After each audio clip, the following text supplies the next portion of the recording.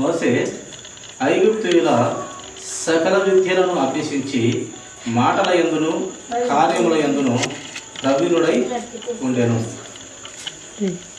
మోసే సకల విద్యలను అభ్యసించినాడు ప్రియులారా.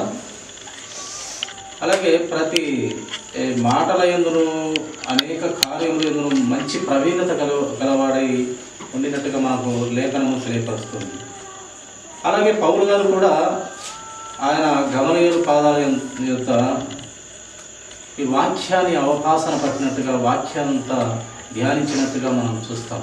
అంటే విద్యలో మంచి ప్రావీణ్యులు వీళ్ళు. సకల విద్యలో నేర్చుకున్నాడంట మోసే. అలాగే పౌలు గారు కూడా గొప్పవారి దగ్గర ఆయన గ్రంథాన్ని అంతా పఠించినట్టుగా ఆ జ్ఞానం అంతా సంపాదించుకున్నట్టుగా మనము చూస్తాము. చూడండి, మరొక మాట మనం గమనిస్తాము. అదే అపోస్తల కార్యములు 4వ అధ్యాయము 13వ వచనం చదువుతున్నాము.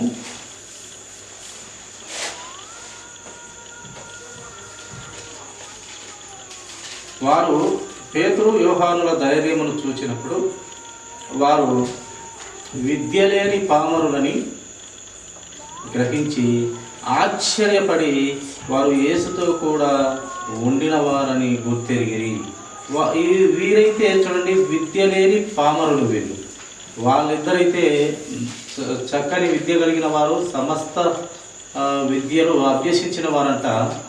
కానీ ఇక్కడ యేసుక్రీస్తు ప్రభు వారి శిష్యులైనటువంటి యోహానులు వీళ్ళు విద్య లేనటువంటి పామరులు, చేపలు పట్టేవాళ్ళు. విద్య లేదు వీరి దగ్గర. అయినప్పటికీ సర్వ సృష్టికర్త అయినటువంటి పాదాల చెంత చేరి వాళ్ళు పరలోకపు జ్ఞానము పొందుకున్నటువంటి శిష్యులుగా మనము చూస్తాము ప్రియుల. పరలోకపు జ్ఞానాన్ని వాళ్ళు పొందుకున్నారు. అనేకమైన దేవుడు చెప్పే బోధలు అనేకమైన వారికి ఆలోచనలు వచ్చేవి. చాలా విచిత్రమైనటువంటి ఆలోచనలు అడిగేవారు. కనుక వీటన్నిటిలో నిదానంగా వాళ్ళు పూర్తి పరిపక్వత చెందిన వారై, పూర్తి జ్ఞానం సంపాదించుకున్న వారై ఒక సంఘాన్ని కట్టారు. వాళ్ళు వేసిన పునాది మీద ఇప్పటికీ మనము ఆ పునాది మీద నిలవబడవలసిన వారమై ఉన్నాం. మొదటి ఆదిమ సంఘముగా పునాది వేసిన పునాది మీద వారు మాట్లాడినటువంటి మాటల మీద మనము నిలబడే స్థితిగా మనము ఇప్పుడు ఉంటున్నాం. కనుక అంత దేవుని దగ్గర ఉన్నటువంటి సర్వశక్తిని యొద్ద సర్వ సృష్టిని సృష్టించిన యేసయ్య పాదాల చెంత వీరు జ్ఞానము నేర్చుకొని, విద్య లేదు పామరులుగా ఉండి కూడా చక్కటి జ్ఞానము యేసయ్య వారి పాదాల చెంత జ్ఞానం అంట గుప్త నిధులుగా ఉన్న ఆయన దగ్గర నేర్చుకున్నారు. మనం కూడా అటువంటి యేసయ్య పాదాల దగ్గర మరియా కూర్చొని విన్నట్టుగా మనము కూడా ఆయన గ్రంథం యొక్క కూర్చొని ప్రతిరోజు కొన్ని మాటలుగా మనము ధ్యానించుకోవాలి. కొన్నిగా మనము ధ్యానించుకోవటమే కాదు, ధ్యానించుకున్న ప్రకారము హృదయంలో ఆ యొక్క వాక్యాన్ని ఉంచుకొని వాక్య ప్రకారము బ్రతకగలిగిన పిల్లలుగా ఉండాలని దేవుడు కోరుతూ ఉన్నాడు. కనుక అట్టి స్థితిలో మనము వాక్యంతో ఎదగాలి. అక్కడ పౌలు సంఘంలో, ఒక బెరియా సంఘంలో బోధ చేస్తూ ఉంటే ఆ సంఘస్థులంతా వాళ్ళు ఈ యొక్క పౌలు గారు రిఫరెన్స్ చెప్పి వాక్యం చెప్పి ధర్మశాస్త్రంలో చెప్తుంటే వాళ్ళు గమనించే వాళ్ళంట. గుడ్డిగా అయితే వినరంట. వాళ్ళు ఏది చెప్తున్నాడో అది వారి గ్రంథములు తిరగవేసి చూచేవాడు. నిజమే చెప్తున్నాడా లేక అబద్ధాలు చెప్తున్నాడు, గ్రంథంలో ఉండేదే చెప్తున్నాడా లేకంటే గ్రంథంలో లేనేది చెప్తున్నాడని పరిశీలించేవారంట వాళ్ళు. ప్రతి సంఘ సభ్యులు కూడా అలాగనే ఉండాలి. ఒకరు చెప్పే బోధ అది అపవాది సంబంధమైందా లేక దేవుని సంబంధమైన సత్యమైన వాక్యమేనా అని గుర్తించగలిగే స్థితిలో విశ్వాసి ఉండాలి. ఆయన రక్షణలోకి వచ్చిన పిల్లలు అలాంటి స్థితి, అలాంటి జ్ఞానం పొందుకొని ఉండాలి. ఒక వాక్యం చెప్పినట్టే అది వాక్యానుసారమైన లేఖనంలో ఉందా, లేకుంటే సొంతంగా చెప్తున్నాడనే జ్ఞానము కలిగి ఉండాలంట ప్రతి ఒక్కరు. బెరయ సంఘస్థుల మాదిరి తెలివిగా చురుకుగా ఉండాలని లేఖనం మనకు తెలియపరుస్తుంది. ప్రతి విధంలో మనము భాగ్యవంతులుగా ఉండాలని దేవుడు కొడుతున్నాడు. ప్రతి విషయంలో ఇరుకులు, ఇబ్బందులు, బాధలు, శోధనలు వాటిల్లో కూడా నెక్కి బయట పడగలిగే స్థితిలో ఉండాలని. ఇర్మియా గ్రంథము 9వ అధ్యాయము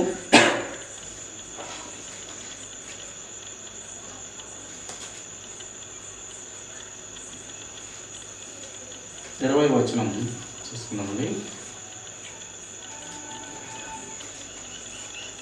స్త్రీలారా, యెహోవా మాట వినుడి, మీరు చెవియొగ్గి ఆయన నోటి మాట ఆలకించుడి. మీ కుమార్తెలకు రోదనము చేయ నేర్పుడి, ఒకరికొకరు అంగలార్పు విద్య నేర్పుడి. అంగలార్పు విద్య కదా, ఈ అంగలార్పు విద్య రోదనము నేర్పాలంట. చూడండి, అందుకే దేవుడు మీరు చనిపోయిన వాని ఇంటికి వెళ్ళి అక్కడ పరిశీలించండి, అక్కడ ఏడుపులు, రోదనలు ఉంటాయి. వారు ఎందు నిమిత్తం ఆ రోదన కలిగి, ఆ ఏడుపులు కలిగి, అంత బాధ కలిగి వేస్తుంటారంటే వాళ్ళు అక్కడ ఇలా ఏడుస్తుంటే సిగ్గుపోతుందేమో. ఒక్కొక్కరైతే బట్టలు చింపుకునేలా ఏడుస్తారు, ఇంకొకరు దుమ్ము నెత్తిన పోసుకుని ఏడుస్తుంటారు చనిపోయిన ఇంటి వారి దగ్గర. వారి కుటుంబ సంబంధికులు, రక్త సంబంధికులు, స్నేహితులే కావచ్చు. విపరీతమైన వాళ్ళు ఇలా ఏడిస్తే నేను చాలా వికారంగా ఉంటానని అనుకోరంట. విపరీతమైన విచిత్రమైన ముఖ కవలికలతో దుమ్ము పూసుకొని ఏడుస్తారు. ఆ యొక్క చనిపోయిన వారి మీద పడి ఏడుస్తారు, చనిపోయిన వారిని ముద్దు పెట్టుకుంటూ ఏడుస్తారు, దుమ్ము నెత్తిన పోసుకొని ఏడుస్తారు, చొక్కాలని చించేసుకుంటారు, బట్టలు ఒంటి మీద ఉన్నాయా లేవా అన్నంత ఆలోచన కూడా లేకుండా విపరీతమైన వేదన, బాధతో ఉంటారు అక్కడ. అందుకే అక్కడికి వెళ్ళండి, మీకు జ్ఞానము తెలియవస్తుంది. రేపు నీ పరిస్థితి, నా పరిస్థితి, అందరి పరిస్థితి ఎలా ఉండబోతుందో అక్కడ చూడి తెలుసుకోండి. ఆ రోదన తెలుసుకొనడి, ఆ రోదనము చేయ నేర్పుడి, ఒకరికొకరు అంగలార్పు విద్య నేర్చుకునడి. వారు ఎందు నిమిత్తం అక్కడ ఏడుస్తున్నారో నీకు బోధపడుతుంది. రేపటి నీ జీవితంలో ఇలానే జరిగితే ఏంది నీ పరిస్థితి, నీకు తెలివి వస్తుంది, బుద్ధి వస్తుంది అక్కడ ఉన్న పరిస్థితిని బట్టి. అప్పుడు అక్కడ అంటారు, అందరం వెళ్ళవలసిన వారి మీదే అంటాం. అక్కడికి పోయిన వాళ్ళు, చనిపోయిన చోటుకి వెళ్ళిన వారు అందరం వెళ్ళవలసిన వారిని. ఆడ వేదాలు మాట్లాడతాం, సత్యాలు మాట్లాడతాం, కానీ మళ్ళీ లేచిన నుంచి కొన్ని రోజుల తర్వాత మళ్ళీ యథాప్రకారం, మళ్ళీ చనిపోయిన ఎవరైనా చనిపోతే మళ్ళీ అక్కడ నీతి మాటలు, వేదాలు అయితే పలుకుతాం, కానీ మళ్ళీ యథాతిథిగా మనము లోకంలో కలిసిన వారిగా ఉంటాము. కానీ ఏదేమైనప్పటికీ అది ఒక గొప్ప పాఠం నేర్పుతుంది మనకు. అందుకే దేవుడు అంగలార్చే వారి ఇంటి వద్దకు వెళ్ళండి. కనుక ఎందుకు వెళ్ళాలంటే అక్కడ ఒక విద్య నేర్చుకోమని, అంగలార్పు విద్య చూడండి, నేర్చుకున్నాడు. రేపటి కాల పరిస్థితి అందరూ ఇంతే, ఎలా వచ్చినామో అలా వెళ్ళిపోవాలి. మనం దిగంబరులుగా వస్తాము, దిగంబరులుగా వెళ్తాము. దేవుడు ఇచ్చినది పిల్లలు కానీ, ఆస్తి కానీ, అంతస్తు కానీ, భార్య కానీ, తమ్ముళ్ళు, అక్కలు, చెల్లెళ్ళు, అన్నలు, తమ్ముళ్ళు, ఎవరెవరు మనము తీసుకొని పోలేము. వచ్చిన వారు వచ్చినట్టు మళ్ళీ వెళ్ళాలి. అందుకే దేవుడు ఈ లోకానికి మనం పంపించింది. నరులారా తిరిగి రమ్మని సెలవైనదంట. ఎవరికి? దేవుడికి. మనం తిరిగి రమ్మని ఈ లోకంలో పెడుతూ ఉన్నారు, ఏదో ఒక తల్లి గర్భంలో. మళ్ళీ నా దగ్గరికే రావాలి మీరు అని. ఎట్టి పరిస్థితుల్లో అపవాదిగానికి తోడుగా మట్టుకు మీరు వెళ్ళొద్దండి, నా దగ్గరికి రావాలి మీరు మళ్ళీ అని. భూమి మీద ఏదో ఒక తల్లి గడుపులో ఆడపుట్టుక కానీ, మగ పుట్టుక కానీ దేవుడు వేస్తూ ఉన్నాడు. అటు ఇటు పుట్టుక కానీ కూడా పరిస్థితుల్లో కూడా వేస్తూ ఉన్నాడు. వారికి కూడా దేవుడి పట్ల గొప్ప ప్రణాళిక ఉంది. ఎవరి పట్ల? అటు ఇటు కాకుండా ఉంటారు కదా, హిజ్రాలు అంటారు కదా, వారికి కూడా దేవుడి ప్రణాళిక చాలా గొప్పగా ఉంది. వారు అలా పుట్టినందుకు వారు శపింపబడిన వారని లోకం చూస్తుంది, కానీ దేవుని పట్ల చాలా చాలా గొప్ప ఆలోచన ఉంది దేవుని పట్ల. వారికంట ఆ ఇజ్రాయెల్కి లేక అటు ఇటు కానోళ్ళకి దేవుని దగ్గర ఒక ప్లేసే లేక ఒక ప్రాంతమే దేవుడు వారికి నిర్ణయించి ఉన్నారు. అందుకే వారిని ఉద్దేశించి దేవుడు అంటాడు అంటే నేను వారిని చిన్న చూపు చూడకూడదని ఈ మాట చెప్తున్నాను. వారు అటు ఇటు కానులని చిన్న చూపు చూడకూడదు, తక్కువ చేసి చూడకూడదని బైబిల్లో ఉన్నటువంటి మాట చెప్తున్నాను అంతే. వాళ్ళని ఉద్దేశించి దేవుడు ఒక మాట అంటాడు, మనకైతే ఏదో ఒక పేరు పెట్టబడుతుంది, కానీ అది కొట్టివేయబడుతుంది మన పేరు. కానీ వాళ్ళకు పెట్టిన పేరు అంట అది కొట్టివేయబడినటువంటి పేరు నీకు పెడుతున్నానంటూ వాళ్ళను కూడా ఏదో ఒక మనిషి తల్లిలో పెట్టి వారికి గొప్ప ప్లేస్ వారికి అక్కడ దేవుడు పెట్టి ఉన్నారు. అందరికీ మారు మనసు అవసరం. ప్రతి ఒక్కరికి, మనిషిగా పుట్టిన ప్రతి ఒక్కరికి, అటు ఇటు కానీ ఆడ కానీ మగ కానీ, అసలు ఆయన రాజ్యంలో లింగ భేదం అసలు లేదు. ఆడ మగ తేడా ఏమీ భేదం లేదు. వీసు దేశస్తుడు వీసు దేశస్తుడని ఏ భేదం లేదు. అందరూ పాపం చేసి దేవుడు అనుగ్రహిస్తున్న మహిమను పొందలేకపోతున్నాం మనం. ఏ భేదం లేదు ఆయనకు. నలుపు తెలుపు, ఎరుపు నలుపు, కుంటి గుడ్డి ఇదంతా ఏమి లేదు ఆయనకు. ఎలాంటి వారైనా సరే హృదయము నాలాగా ఉండాలంటున్నాడు దేవుడు. హృదయం ఎవరిలాగా ఉండాలా? ఆయనలాగా ఉండాలి. కనుక ఈ యొక్క రోదన విద్య, అంగలార్పు విద్య నేర్చుకోవాలి. మనము చూస్తూ ఉంటాం కొన్ని ఇళ్లలో అంగలార్పు విద్య అంటే చూడండి, మామూలుగా చనిపోయిన వారి దగ్గర కాకుండా కొన్ని కుటుంబాలలో ప్రతిరోజు ఏడుపులు మూలుగులు వినిపిస్తుంటాయి. వారి పరిస్థితులను బట్టి ప్రతి కుటుంబంలో కలిగేదే.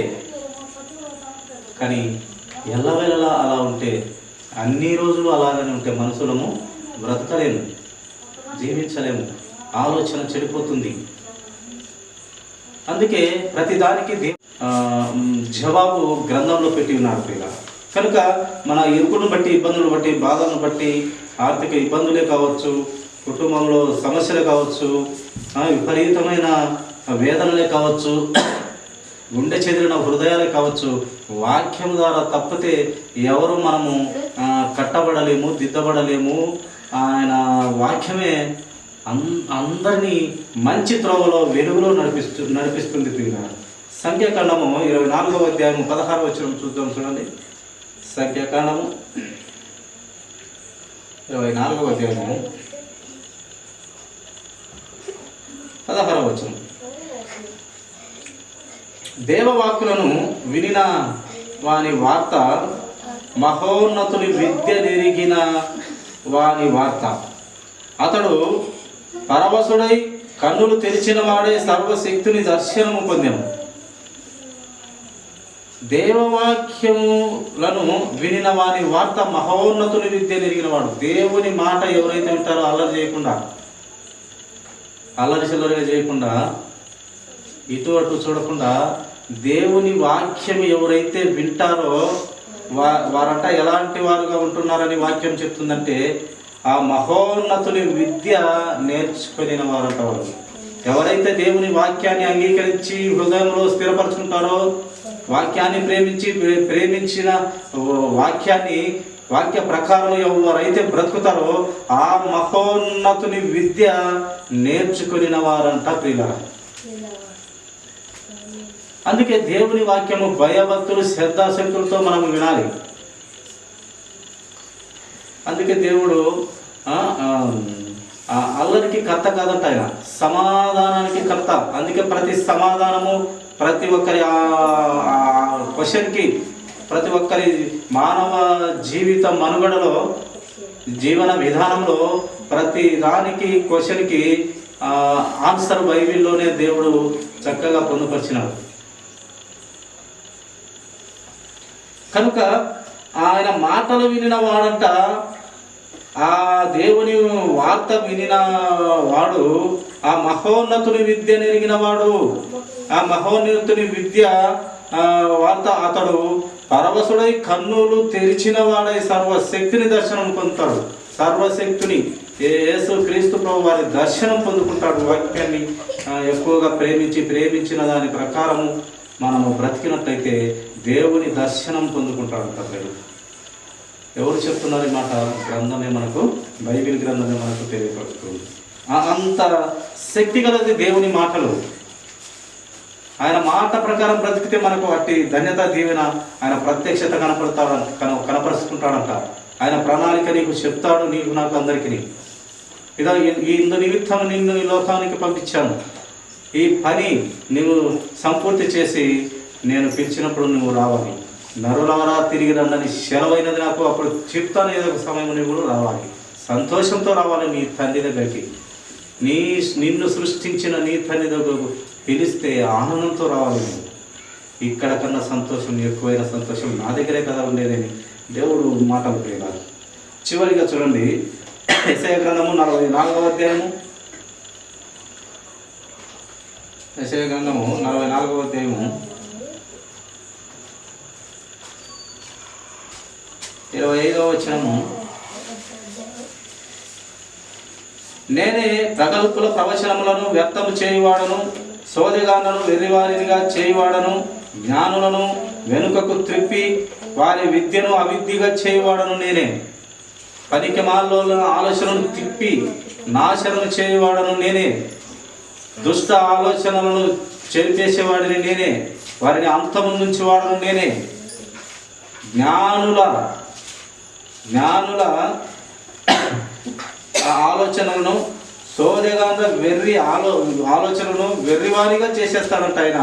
జ్ఞానులను వెనుకకు తిప్పి వారి విద్యను, వారి జ్ఞానం అంతా కూడా అజ్ఞానంగా లేక అవిద్యగా చేయవాడు మన యేసుక్రీస్తు ప్రభువారు. గర్వపడినామా, నాకు విద్య ఉంది, ఆస్తి ఉంది, అంతస్తుంది, లేక ఉద్యోగం ఉంది అని గర్వపడితే ఆ గర్వపడిన దానికి ఫలితము అనుభవించాల్సిన పరిస్థితి వస్తుంది. ఆ విద్యలో నీకు ఆ బ్రెయిన్ పని చేయకుండా చేస్తే ఏ ఉద్యోగం చేస్తాను, ఏ పని చేసుకొని బతుకుతాం? గర్వపడితే దేవుడు గడ్డి తినిపిస్తాడు. ఆల్రెడీ రాజును గడ్డి తినిపించినాడు దేవుడు. చెప్పిన మాట వినకుంటే గడ్డి తినేలా దేవుడు చేసినాడు.